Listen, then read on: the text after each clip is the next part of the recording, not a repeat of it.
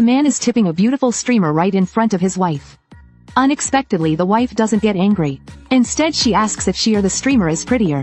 The next moment she dives straight into the phone, gazes at the man gently. I was so terrified that I threw my phone away. When I came to, I was utterly horrified, because I'd exposed the fact that I could see her. I turned around and saw my wife staring at me. "Honey, you can see me." My survival instinct made me punch toward her, but she dodged effortlessly. Then she bit my arm. Despairing, I leaned against the wall. Am I going to die again? Will I be eaten bite by bite this time? What about next time? How will I die the next time? Even after reviving, I was still terrified by my wife's sudden face in front of mine. And I kept dying because I couldn't act well enough. So I broke down. I screamed, trying to escape. I prayed for a god to kill her. But it was all in vain. Death was still waiting for me. Since I couldn't escape, I decided to accept it. Hey, at least I have a beautiful wife. And so I died over a dozen times. Some people seem alive, but they've already died. After countless deaths, I went insane. My mental state shifted from calm and rational to deranged and chaotic. How'd I survive? How'd I escape this place? How'd I kill that wretched this woman? By my 30th revival, my eyes were dead inside, like a pool of stagnant water. But beneath that stillness lay a madness pushed to its limit. That madness ignited a fire of hatred. Now I only want to kill that woman. At that moment, the familiar voice echoed again. "Honey, time for breakfast." This time I ignored her. I got out of bed, eyes blank. Seeing this, she blocked my path. "Why aren't you saying anything? Is something wrong? Honey, do you need me to massage you to help you relax?" Looking at my stunning wife so close to me, I acted as though I couldn't see her and walked straight through her. The next moment, I passed right through her body. After dying so many times, I realized, as long as she wasn't sure I could see her, she couldn't lay a hand on me. So I went to the kitchen and started making breakfast as if nothing happened. My wife standing nearby was visibly angry. "I already made breakfast. Why are you making another one?" "Breakfast? She's not referring to *me, is she?" As I sat down at the table and picked up my breakfast, my wife suddenly appeared on the tabletop, staring intently at me. In that eerie atmosphere, I calmly finished my meal. After eating, I walked straight to the door. The moment my hand touched the doorknob, her beautiful eyes appeared on it. "Honey, don't leave, I'm scared being home alone."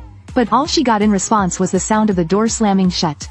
I finally stepped out of the house, but I felt no joy in my heart. At that moment, one thought consumed me. How'd I kill that wretched woman? I slowly descended the decrepit stairs. The rust-covered entrance loomed before me. A beam of bright sunlight streamed through the cracks. I pushed open the door and walked into the warm sunlit world. But the sight before me made me tremble all over. The cruel reality shattered my delusions. The entire world was filled with all kinds of horrifying anomalies. Black, shadowy figures, headless humanoids in red wedding robes, solemn-looking half-Buddha heads, already on the verge of insanity. I began to laugh hysterically, but my laughter was twisted and suffocating, sending chills down anyone's spine. I really love this world. It's so much fun. Even as I tried to cover my mouth, that twisted laughter still seeped through my fingers. The uncontrollable laughter made me gag violently. At that moment, a figure appeared before me. "Uncle, what's wrong? Are you feeling unwell?" Hearing her, I froze, sweat pouring down my face. When I turned around, I saw a little girl sucking on a lollipop. Seeing this, I sighed in relief. "It's just a kid." I reached out and patted her head. "Little girl, I'm fine. It's late, you should head home." But the next moment, her face turned blood red. "Uncle, you can see me." The once innocent girl had turned into a 3-meter-tall grotesque monster. I froze in place, and then I burst into hysterical laughter. "You look hilarious. I really love this version of you." The little girl raised a bone club and swung it at me. In that moment, I understood my laughter.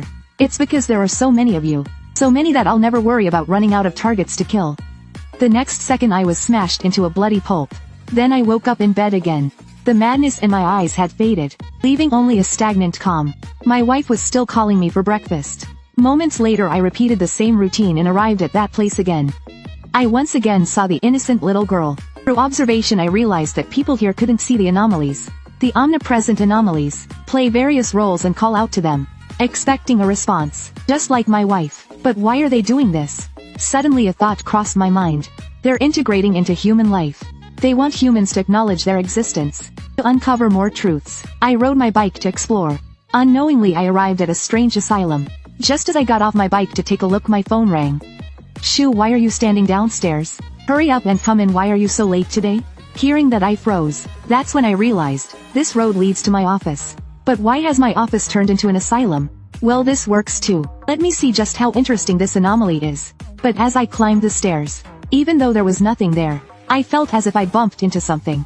An invisible wall? Could it be that I can't enter this asylum? But why does the wall feel so soft? Sensation under my hand was. The next moment someone slapped me hard across the face. A woman suddenly appeared before me, shouting loudly at me. She called me a pervert. Dazed, I looked up at her. The eerie sinister asylum had turned into *Zilu Academy. What is going on here? Was the asylum just an illusion? I instinctively blinked my eyes. When I opened them again, the scene changed once more. The blood-colored eerie Qingshan asylum had returned. Trembling, I reached out my hand, but it passed right through the asylum wall. The two buildings seemed to overlap with each other. I could see them, but I couldn't touch them. It must require some condition to interact with them. With that thought, I walked straight through the wall, exploring the interior of the asylum. At that moment, a specific ward caught my attention. The pitch-black door was smeared with dark red blood, appearing like the gaping jaws of a demon. It sent chills down my spine. That particular ward seemed especially unusual. The dark red door looked as though it had been soaked in blood. Above the door I saw the number **104. The surrounding hallway was a dull gray, but this door stood out bright and vivid. There must be a secret inside. I stretched my hand and passed through the ward door. Inside I immediately saw a girl lying on the bed. I acted as though I couldn't see her staring straight ahead, but out of the corner of my eye I was observing her closely. At that moment the girl slowly sat up. Her hoarse voice sounded like the snapping of broken strings. The next second her hollow pitch black eyes locked onto me, but I pretended she didn't exist and walked straight through her body. It seemed like every ward here housed an anomaly, and my subsequent findings confirmed my suspicions. Every single ward contained a grotesque anomaly. They were bloodthirsty and violent.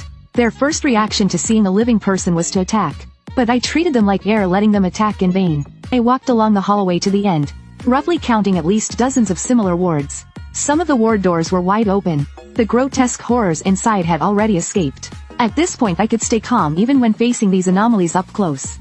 All thanks to my dear wife. Just then a patient report on the ground caught my eye. It read, "Experiment subject number 128 transformation into anomaly." The words hit me like a bolt of lightning. Could these anomalies have been human once? Were all those grotesque beings in the wards once people? The truth was right there, but still out of reach. This ignited a furious rage within me, because none of this was real. I couldn't pick up or interact with any of it. Suddenly countless black strands of hair appeared before me. I froze on the spot. Feigning nonchalance, I stood up calmly. From the ceiling, a beautiful doctor in a white coat was staring directly at me. She lowered her head and invited me softly, asking me to explore the meaning of life with her. But I didn't even spare her a glance. My mind was consumed by the report. If there were clues in the office, there had to be more elsewhere. For instance, the director's office, surely the asylum's core. As I reached the second floor, a voice suddenly called out, "Shu, what took you so long?"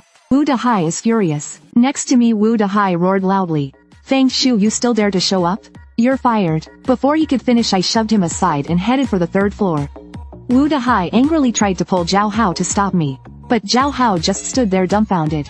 "Shu, what's wrong with you?" I ignored him and continued down the corridor, eventually finding the director's office in a corner. The moment I opened the door, Wu Dahai, who had caught up, wailed in despair, "It's over, we're done for." Inside, the chairman's son Wang Zaitung and the company's top seller Li Feifei were scrambling to put their clothes on. Panic-stricken, Wang Zaitung cursed loudly at Wu Dahai, blaming him for not keeping the door secure. When I approached him, he yelled at me to get out, but I didn't even look his way. Instead, I grabbed Li Feifei's wrist. Terrified, Li Feifei screamed, thinking I was about to attack her, but I simply pushed her off the desk. "Don't get in my way." Li Feifei, who had never been treated like this before. Li Feifei immediately told Wang Zaitung to teach me a lesson, but I completely ignored her. My gaze was fixed on a piece of parchment on the desk. With just one look, my heart trembled violently. TCH. The Chosen Ones by Fate. Everything you want to know. Do you wish to understand the true nature of the anomalies? When you are ready for the truth, don't hesitate, my friend. I have left everything in Qingshan Asylum Building C, room 520. The gift of fate awaits. The choice is yours. When you find the truth, it will also be the moment you make your decision. Follow your heart, and accept the gift of fate. Reading this, a small smile crept onto my lips. Interesting, how fascinating. This asylum truly hides the truth. Since you've invited me, I'll gladly accept. Director Zhou Qingfeng, I sincerely hope you'll surprise me. Beside me, Zhao Hao stared at me bewildered. Fang Shu, what's wrong? Where are you going? At that moment the bright light bulb flickered violently with a crackling sound. And then it went out. The entire room fell into darkness. Wang Zaitung, the chairman's son, immediately ordered Wu Dahai to call and check for a power outage. I glanced at my phone and watched the full signal bars drop to 0. I immediately told Wu Dahai there was no need to check. The anomalies have already found us.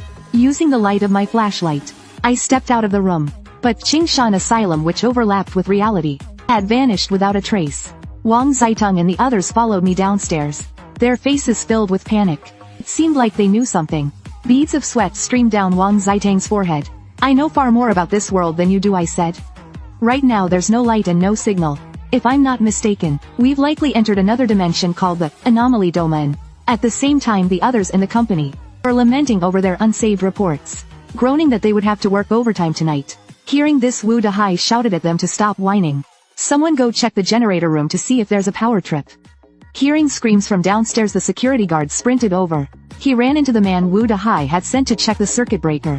After understanding the situation, the security guard said, "I'll check it myself, you don't need to go." Meanwhile in the office, a group of employees were discussing how much longer it would take for the power to come back on.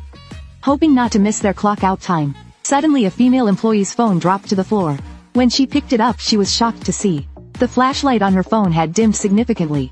"This is my premium pineapple phone. This can't be a defect." At that moment others also noticed. Their phone flashlights had dimmed as well. Thinking it was just dust, they tried wiping their screens but nothing changed. This strange sight caught my attention. With so many phone lights, the room should have been brightly lit. But now the light seemed to be suppressed, barely illuminating a space less than 1 meters ahead. I turned to Wang Zaitung. "What did you mean by anomaly domain just now?" Hearing those words, the others broke into a cold sweat. There's no way anomalies are real. That's just urban legend nonsense. But they didn't notice Wang Zaitang's face growing darker. "Shut up all of you," he snapped. "If you want to die now, go ahead and shout louder to draw them here. If you want to survive, then keep your mouths shut. What I'm about to say could save your lives. So listen carefully." His words struck everyone like a hammer, making their bodies tingle with fear. Wang Zaitung took a deep breath. What I'm about to say might sound insane, but I swear it's true.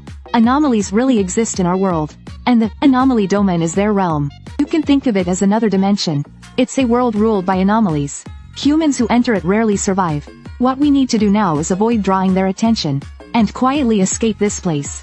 At that moment someone suddenly realized, security guard still hasn't come back yet. They gasped, panic spreading through the room. Did he run into an anomaly?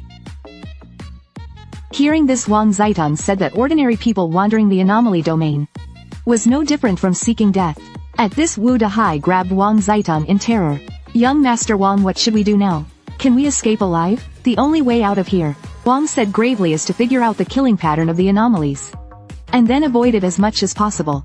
That's our only chance to survive." As the group was paralyzed by fear from Wang's words, I heard a faint unfamiliar sound. The eerily familiar feeling sent chills down my spine. Sweat poured uncontrollably from my forehead. "They're coming," I murmured. The others immediately yelled at me to stop spouting nonsense. There's no such thing as anomalies in this world. But behind them, Wang Xiaoli had already been caught. She was bound tightly by tentacle-like appendages, unable to move or make a sound. And I simply watched calmly, my face devoid of any emotion, like a living doll. "You might want to check on Wang Xiaoli," I said. A female employee shivered at my words. "Stop joking. Wang Xiaoli is right here beside me." But when she turned to look, the person who had been speaking to her just moments ago had vanished without a trace. Her face turned pale as she screamed for Wang Xiaoli, desperately hoping it was a prank. The room erupted into chaos. Is this place really haunted by anomalies? Are we going to die here? Wang Zaitung suddenly turned toward me. "Fang Shu, did you see what the anomaly looked like just now?" I told him that the darkness had obscured my vision, and I had only seen her vanish. My unnaturally calm demeanor, as though her disappearance was no different from losing an aunt, made the group suspect I was possessed by an anomaly. Wang Zaitung looked at me suspiciously. "Fang Shu, you don't seem afraid of the anomalies. Are you a spirit master?" I shook my head and asked him back, "What's a spirit master?" Wang Zaitang's suspicion deepened even more. "Not afraid of anomalies yet unaware of spirit masters? Then, who exactly are you?" He then began explaining to me. "Spirit masters are those who can harness their inner spirituality. The best way to break this situation," Wang Zaitung explained, "is for someone to become a spirit master." Hearing this, my eyes lit up. "Is that the way I can finally kill my wife?" "So according to you," I asked, Spirit masters are trained within the anomaly domain? Wang Zaitan nodded in surprise. Astonished that I could remain so sharp in this situation. He realized that escaping might depend on me. And so he began to explain. To become a spirit master, you must draw upon the power of the anomalies. And there are 2 conditions that must be met. First, you must undergo a terrifying near-death experience. That stirs your soul. Second, you must make direct contact with an anomaly, allowing its power to erode your mind. But there's one thing to be extremely careful about. He warned the anomaly's power is like a bloody rag. While it can wipe away the dust on your soul, it will inevitably stain it as well. If your soul is like a dusty night pearl, then during the cleaning process, that pearl will gradually turn blood red, just like my eyes now. Hearing this, I trembled with excitement. Now that I understood the conditions for becoming a spirit master, I realized with a start that I had already met them. Yet I couldn't feel any power. Then a thought struck me. Could it be because of my death resets? Every time I reset, the part of my mind tainted by the anomaly's power resets too. So I never truly absorbed their power. But this time after my reset, I've avoided responding to my wife and the asylum anomalies. Those were just illusions from another dimension. They didn't count as contact. But now that I've entered their world, they no longer need me to respond. What was once an illusion has become real. But this is good, because now I can use their power to become a spirit master. Though I was surrounded by danger, I couldn't help but feel a rare sense of exhilaration. I can get my revenge. I can finally kill that damned woman. I'll become a spirit master. I'll kill her with my own hands. Suddenly a flash of light streaked across. Stunned, I turned to look into the distance. Someone else disappeared. Panic spread like wildfire among the group. Zhao Liang is gone. He was just talking to me a moment ago. The group's terrified screams pushed Wang Zaitan into a fury. Shut up, all of you. Do you want to summon the anomaly here? Beside him, Li Feifei grabbed his arm, tears streaming. Young Master Wang, I don't want to disappear. What are we supposed to do now? Frustrated and overwhelmed, Wang Zaitan roared. How the hell should I know what to do next? Suddenly a calm voice cut through the chaos. The time interval is 2 to 3 minutes. People disappear every 2 to 3 minutes. To be precise, women vanish every 3 minutes, men every 2. The first to vanish was the security guard Zhao. 3 minutes later, Wang Xiaoli disappeared. 2 minutes after that, Zhao Liang was gone.